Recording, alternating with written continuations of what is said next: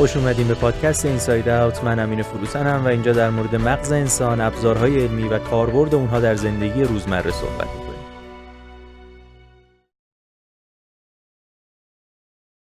سلام، خوش اومدیم به قسمت 4. من امین فروتنم. هنوز داریم راجع به مغز انسان صحبت می‌کنیم. این قسمت در مورد رویا دیدن و خواب دیدن و کاربردهای اون صحبت می‌کنیم.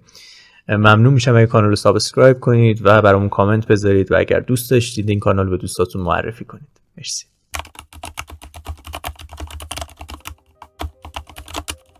مارشا نورمن میگه خوابها و رویاهایی که میبینید تصاویری از یک کتابن که روحتون در موردتون مینویسه.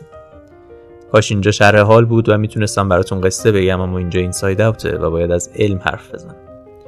شرح حال رو میتونید توی کست باکس یا اینستاگرام هم پیدا کنید. در طول تاریخ آدمای زیادی سعی کردن از رویاها و خوابها سر در بیارن، تحلیلشون کنن، تعبیرشون کنن. قصه هاشو حتما شنیدید.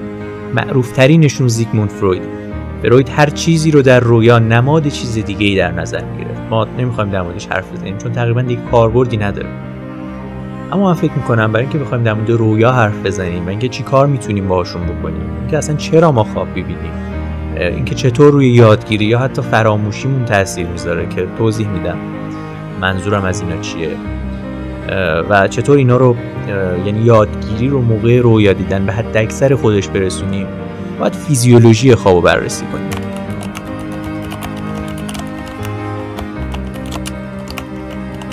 میخوام در مورد خواب رم و نان رم صحبت کنم که حتما شنیدید. خواب به چرخه های 90 دقیقه‌ای تقسیم بندی میشه. چرخه ای از خواب رم و نان رم. خود جزء نان رم چندین تا مرحله داره که سختش نمی‌کنم. عمیق و غیر عمیق فرضش میکنیم. اینا رو استیج 1 و 2 و 3 میگن. هر چقدر بیشتر بخوابید جزء رم خوابتون بیشتر میشه، یعنی دمدمای صبح توی اون چرخه قسمت رم هی بیشتر و بیشتر میشه. خواب رم و نان رم نقش کاملا مجزایی توی یادگیری و فراموشی داره و حتی توی نوع اطلاعاتی که قراره به یادمون بمونه یا فراموششون کنیم. و این یه پیامد خیلی بزرگ داره توی یادگیری مهارت‌های حرکتی، توی فراموشی اتفاقات بد یا تروماتیک، توی تحلیل چالش‌های عاطفی، چه خوشایند چه ناخوشایند. پس این یه بخش خیلی مهمی از زندگی ماست که شاید برخلاف باورمون کنترل و قدرت خیلی بیشتری روش داریم. اما یکم جزئی‌تر نگاش کنیم. خواب نان رم مخفف نان رپید آی موومنت، یعنی خواب با حرکت چشم غیر سریع. این خواب یه مرحله عمیق داره، همون استیج 3 که ازش حرف میزنن. بهش میگن اسلو ویو اسلیپ، یه خواب با امواج آهسته. اینجا مغز از لحاظ متابولیک فعاله، یه موج بزرگ فعالیت آهسته که بخشای زیادی از مغز رو شامل میشه. اما نکته جالب دیگه این خواب تنظیم کننده های نورونی یا نورومودولیتوران. واسه اینکه یادتون بیاد میگم اینا مولکولایی هستن که تعیین میکنن کدوم مدار از مغز شما بیشتر فعالیت میکنه و کدوم کمتر. مثل استیل کولین، سروتونین، دوپامین. بهشون مثل یه پلیلیست آهنگ فکر کنید. موسیقی پاپ یا کلاسیک کاملا احساس متفاوتی میدن از هیپ هاپ، راک یا جاز. فکر کنید هر کدوم از اینا یه ژانر از مدارهای عصبی رو فعال میکنن. قطعا به این سادگی که میگم نیست، اما نقش هر کدوم از اینا رو میتونم تو چند تا کلمه توضیح بدم. استیل کولین در بیداری مدارایی از مغز رو فعال میکنه که واسه تمرکز و توجه میشه. اپینفرین هوشیاری و تمایل به حرکت رو باعث میشه. سروتونین خوشحالی، سعادت، میل به ثابت موندن و سکون رو ایجاد میکنه. دوپامین که این روزا اسمشو خیلی میشنوید، مربوط به دنبال کردن اهداف و لذت و پاداشه. قطعا هر کدوم مکانیزمای پیچیده‌تر و کارهای دیگه‌ای هم دارن، ولی خب به درد بحث امروزمون نمیخورن. از چی دارم حرف میزنم؟ توی خواب عمیق یا اسلو ویو اسلیپ اساساً استیل کولین وجود نداره. تولید و ترشح استیل کولین توی ساقه مغز از حصه پارابیجرمینال و توی ناحیه قدامی مغز از حصه‌های قاعده‌ای که لازم هم نیست این اسما رو بدونید تقریباً به 0 میرسه. و گفتم استیل کولین مرتبط با تمرکز. برخلاف انتظار، نورپینفرین که مربوط بود به هوشیاری و تمایل به حرکت توی این مرحله از خواب وجود داره. پس مدارهای حرکت باید یه جورایی فعال باشن. دارم راجع به خواب نان رم صحبت میکنم. پس این مرحله بدون استیل کولین، مقداری اپینفرین و کلی سروتونین رو شامل میشه. در مرحله اسلو ویو اسلیپ شما حرکت میکنید و میتونید غلط بزنید. کسایی که توی خواب راه میرن توی همین مرحله است و تحقیقات نشون داده یادگیری حرکتی یعنی موتور لرنینگ به طور عمده توی خواب عمیق اتفاق میفته. دارم راجع به تثبیت چیزی که در طول روز یاد گرفتیم صحبت میکنم. بیاد فرض کنیم در طول روز یک کار حرکتی جدید یاد گرفتیم، چه حرکات بزرگ مثل یه حرکت خاص ورزشی یا یک کار ظریف که با انگشتا باید انجام بدیم مثل ساز زدن. یادگیری و تثبیت این کارا توی مرحله عمیق خواب یعنی خواب نان رم اتفاق میفته. به اضافه اینا چیزایی که خیلی با جزئیاتن مثل املای کلمات، اطلاعات خیلی ریز در مورد موضوعات خاص، اینا هم تثبیتشون توی این مرحله است. و گفتم این مرحله اسلو ویو اسلیپ تو اولین ساعت‌های خواب بیشتره برخلاف خواب رم که اون اواخر بیشتر میشد. پس یادگیری حرکتی مثل موسیقی، رقص، ورزش‌های مختلف و اطلاعات با جزئیات مثل درس خوندن میتونه تو 3-4 ساعت اول خواب اتفاق بیفته. قطعاً یه خواب کامل 6 ساعته بهتره، اما اگه شب امتحان 2-3 ساعت خوابیدی به خاطر استرس یا هر چی یا شب قبل از یه مسابقه ورزشی لازم نیست نگران باشی. اگه درس خوندی یا تمرین کردی با همون 3-4 ساعت خواب میتونی بالاترین عملکردتو داشته باشی. اما بین اصلا نخوابیدن و 2-3 ساعت خوابیدن رو انتخاب کنید، چون توی تثبیت چیزایی که یاد گرفتید و خوندید خیلی مهمه. خواب رم اعجاب انگیزه. 1950 میلادی کشف شده وقتی یه آزمایشگاه خواب توی شیکاگو حرکات چشم و حین خواب بررسی می‌کردن. برای همین اسمشو گذاشتن رم، یعنی Rapid Eye Movement، یعنی خواب با حرکات چشم سریع. اما سوال اینه که اصلا چرا باید تو خواب چشم حرکت کنه، اونم وقتی که بسته است؟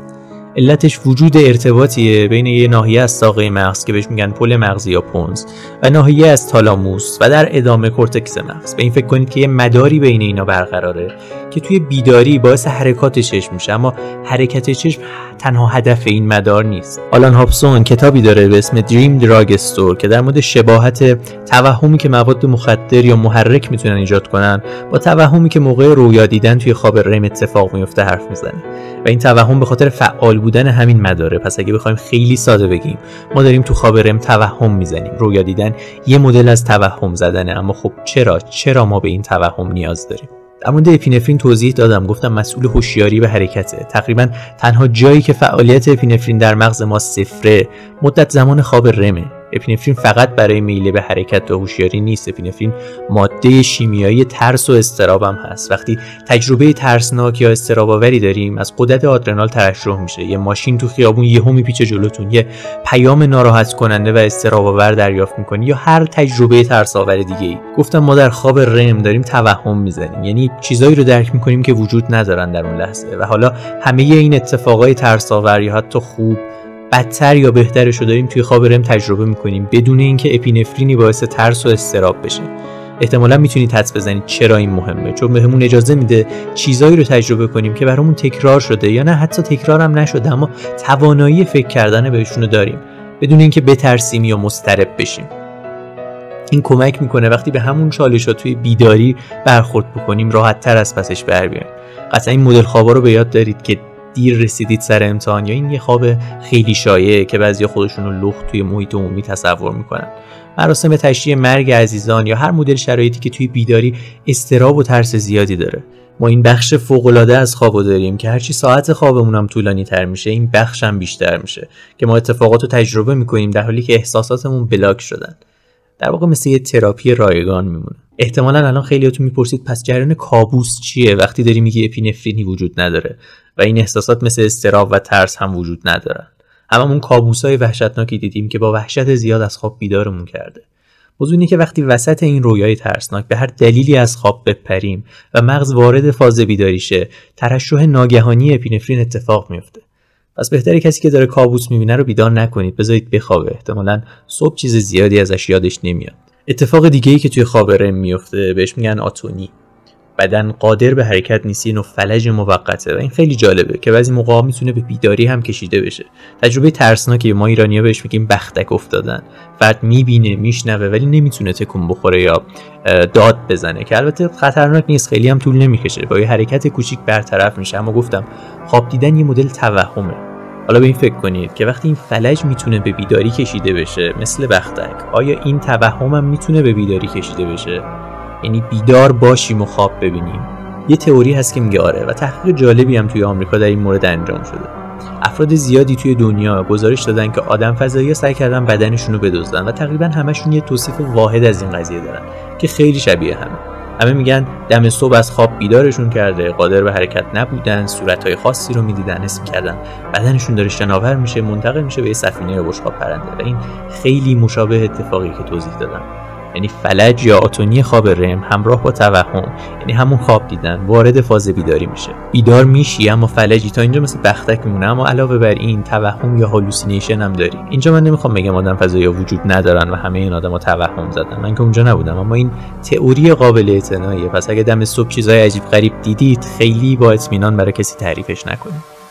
اکثر این ادعاها مثل دیدن آدم فضایی، جن، روح میتونه از همین جنس باشه. اما چی میشه اگه خواب رم کافی نداشته باشیم؟ قطعا تجربهشو داشتید. باعث میشه از لحاظ عاطفی خیلی تحریک پذیر شیم، باعث میشه یه اتفاق خیلی کوچیک خیلی بزرگ به نظر بیاد، از غیر بحرانی ترین مسائل بحران بسازیم، دنیا رو دلهره آورتر از چیزی که هست ببینیم. چطور این اتفاق افتاده؟ مت ویلسون در دانشگاه MIT تحقیق جالبی رو انجام داده که میگه در زمان خواب رم تکرار یه سری اطلاعات توی ذهنمون پخش میشه، جایی که اون روز رفتیم و اینکه چرا اونجا بودیم. مغزمون شروع میکنه به ساختن یه الگوریتم، یه شبکه ارتباطی بر اساس همه تجربه هایی که اون روز داشتیم. میدونیم مثلا اون روز وارد یه ساختمون شدیم، نگهبان دم در رو دیدیم، بهش سلام کردیم، رفتیم سمت آسانسور، سمت چپ یه آقایی رو دیدیم که داره سیگار میکشه، بالا سر آقای تابلوی مثلا دستشویی بوده. همه این اتفاقا، لوکیشن‌ها چه به هم مربوط باشن چه نباشن توی شبکه‌ای قرار میگیرن. ما برای این شبکه کلمه داریم، بهش میگیم معنا. معنا یعنی همه اون اتفاقایی که افتاده به هم مربوط هستند یا نیستند. خب یه چیزی توی ذهن ما باید اینو تثبیت کنه که یه سری وقایع به هم ربط دارن یا یه سری ندارن، بتونه ارتباطا رو بچینه و خواب رم برای این بخش خیلی مهمه. این اتفاق برای خود من خیلی افتاده که وقتی نتونستم درست بخوابم، با هر اتفاق کوچیکی به هم ریختم، همه چی اعصابمو خورد کرده، از اتفاقات کوچیک تو ذهنم بحرانای بزرگ ساختم. دقیقاً به خاطر همینه مغز ما باید این فرصت رو داشته باشه ارتباط وقایعی که به هم مربوط نیستن رو قطع کنه، اون لینک اضافه رو حذف کنه، بگه این اتفاق به اون یکی مربوط نیست. میدونی وقتی یه خبر بدی رو مثلا تو اخبار میشنوی، خب طبیعیه که آزارت بده، ولی وقتی همه چیز اذیتت کنه، از هر اتفاق کوچیکی آزرده شی، این احتمال وجود داره که به صورت فعالی نمیتونی این معناهای اضافه رو حذف کنی یا ارتباطات اضافه رو فراموش کنی. منظورم از فراموشی که اول این قسمت گفتم همین بود.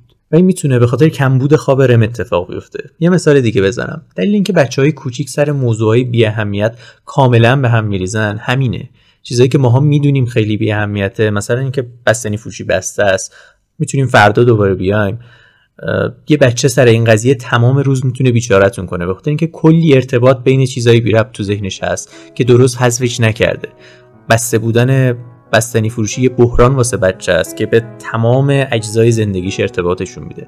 در واقع چیزی که ما رو تبدیل میکنه به موجودات بالغ منطقی عاقل، حذف ارتباط بین چیزایی که به هم مربوط نیستن. و خواب رم دوباره مثل یه تراپی رایگان این کارو برامون انجام میده. و جالبم هست که بدونید روش‌های کلینیکی وجود داره که با شبیه سازی کردن خواب رم به افرادی که آسیب یا تروماهای جدی رو تحمل کردن کمک میکنن، مثل EMDR یا کتامین تراپی که نمیخوام به جزئیات واردشون بشم، اگر دوست داشتید میتونید سرچشون کنید. پس یه خواب کافی علاوه بر تامین انرژی بدن، تقویت سیستم ایمنی و همه این چیزایی که قبلا شنیدید تا منم نگفتم چون تکراریه و دیگه همه اونو میدونن، روی یادگیری، منطقی بودن ما، عبورمون از تروماها و مسائل سخت زندگی هم کمکمون میکنه. سوالی که پیش میاد اینه که بالاخره ما چقدر باید بخوابیم؟ 6 ساعت، 7 ساعت، 8 ساعت؟ راستش این عدد برای هر کسی متفاوته. اما پژوهشی در این مورد پیدا کردم که به نظرم دونستنش جالبه. توسط امیلی هاگلند در دانشگاه هاروارد انجام شده که خیلی خلاصه میگم. امیلی و رفقا فهمیدن که بهتره هر شب یه مقدار ثابتی خواب پیوسته داشته باشیم. دیدن پیشرفت در یادگیری و عملکرد با یه خواب این مدلی توی هفته، یعنی 6 ساعت، 6 ساعت، 5 ساعت، 6 ساعت بهتره تا یه خواب این مدلی 6 ساعت، 10 ساعت، 7 ساعت، 4 ساعت، 5 ساعت. حتی توی نتایج امتحاناتی که از افراد تحت مطالعه گرفتن، دیدن اونایی که در طول یه ماه تقریبا هر شب 6 ساعت خوابیدن عملکرد بهتری داشتن تا اونایی که حتی بیشتر اما نامنظم خوابیدن. پس حداقل 6 ساعت خواب پیوسته شبانه میتونه گزینه خیلی خوبی باشه. بخش آخری که دلم نیومد از این قسمت حذفش کنم، یه موضوعی به اسم تئوری آف مایند یا نظریه ذهن. داریم راجع به خواب دیدن صحبت می‌کنیم و اینا ارتباط جالبی به هم دارن. نظریه ذهن یه ایده است که اولین بار سیمون بارن کوهن مطرحش کرده. اسمش آشناست. برادر ساشا بارن کوهن، کمدین معروف، دیکتاتور برات برونو. سیمون برادر ساشای نوروساینتیست برجسته است در آکسفورد. سیمون و گروهش یه بچه رو به محیط آزمایشگاهی آوردن و یه ویدیو بهش نشون دادن. تو این ویدیو یه بچه دیگه داره بازی میکنه و یکی از اسباب بازیاشو میذاره تو کشو و میره. بچه دوم وارد تصویر میشه، اطرافش رو نگاه میکنه و اینجا ویدیو رو پاز میکنن و ازش میپرسن که به نظرت این بچه دومی که وارد تصویر شده داره به چی فکر میکنه؟ چه احساسی داره؟ بچه‌های بالای 5 سال اکثرا جواب میدن گیجه، نمیدونه اسباب بازی کجاست. و اسم اینو گذاشتن تئوری آف مایند، یعنی توانایی درک افراد بر اساس ایده های خودت. حد زدن چیزی که توی ذهن دیگران میگذره بر اساس افکار خودمون. ما خیلی این کارو میکنیم توی روابط اجتماعیمون، توی همدلی، توی همدردی. این توانایی خیلی مهمه. حالا یه سری از افراد مثل بعضی از بچه‌های اوتیسم این قابلیت رو ندارن. یعنی چی؟ این در پاسخ به همون سوالی که سیمون از بچه‌ها پرسید جواب میدن داره به این فکر میکنه که اسباب بازی تو کشوه، در صورتی که بچه دوم اصلا اطلاعی از این قضیه نداره. اینا نمیتونن تحلیل درستی از اونچه که در ذهن دیگری میگذره داشته باشن. درجاتی از اختلال توی این موضوع در افراد مبتلا به اسکیزوفرنی، ADHD، اعتیاد به کوکائین و از همه جالبتر در افراد با محرومیت خواب یا کم خوابی دیده میشه. از چی دارم حرف میزنم؟ در مورد نقش خواب رم و اینکه اگه حداقل 6 ساعت نخوابیم، خواب رم کافی نداریم توضیح دادم. حتما براتون پیش اومده خوابایی میبینید که آدمای دیگه میخوان یه سری کار با شما بکنن، دنبالتون میکنن، تعقیبتون میکنن، به افکار اونا توی خواب فکر میکنید و در بیداری این قضیه یادتون میاد. میتونیم بگیم احتمال زیاد این رویا توی بخش خواب رم اتفاق افتاده و داره کمک میکنه به تکامل همین تئوری آف مایند که توضیحش دادم. وقتی خواب کافی ندارید، این ابزار رو هم ندارید، پس قضاوتتون دچار مشکل میشه. به خوبی نمیتونید آدم‌ها رو درک کنید. برای همینه که توی قسمت سوم در مورد تنظیم خواب صحبت کردم. و این قسمت هم در مورد کارکردهاش. پس اگه هنوز توی درست به خواب رفتن مشکل دارید، میتونید قسمت سومو ببینید. در مورد ابزارهایی صحبت کردم که باعث میشه راحت تر به خواب بریم. فیلم اینسپشن رو حتما دیدید. یه دیالوگ داره که میگه وقتی خواب میبینیم فکر میکنیم واقعیته، فقط وقتی بیدار میشی میفهمی چه چیز عجیبی بوده. نمیدونم کدومش ترسناکتره، اینکه همه اینا یه خواب عجیب باشه و قراره یه روز از خواب بیدار شیم و ببینیم همه زندگی که کردیم یه رویا بوده، یا اینکه واقعیت همینه و این تنها فرصتمون. شکسپیر در نمایشنامه هملت جایی از زبان هملت میگه مردن، خفتن و شاید هم خواب دیدن. مانع همینجاست. در آن زمان که این کالبد خاکی را به دور انداخته باشیم، در آن خواب مرگ شاید رویاهای ناگواری ببینیم. ترس از همین رویاهاست که عمر مصیبت بار را اینقدر طولانی می‌کند. زیرا اگر شخص یقین داشته باشد که با یک خنجر برهنه می‌تواند خود را آسوده کند، کیست که در برابر لطمه‌ها و خفت‌های زمانه، ظلم ظالم، تفرعن متکبر، دردهای عشق شکست خورده و تحقیرهایی که لایقان صبور از دست نالایقان می‌بینند تن به تحمل. مرسی که تا اینجا گوش کردید. امیدوارم براتون مفید بوده باشه. احتمالاً با این 2 قسمت پرونده خوابو بستیم و از قسمت بعد وارد این موضوع کاملا جدید میشیم. ممنون میشم اگه کانال رو سابسکرایب کنید، برامون کامنت بذارید. اینطوری میتونید این پادکست که تا اول مسیر رو حمایت کنید. تو اینستاگرام به همین اسم، یعنی امین فروت، هم میتونید پیدام کنید. میتونید اونجا بهم دایرکت بدید و اگر سوالی داشتید هم ازم بپرسید. مرسی.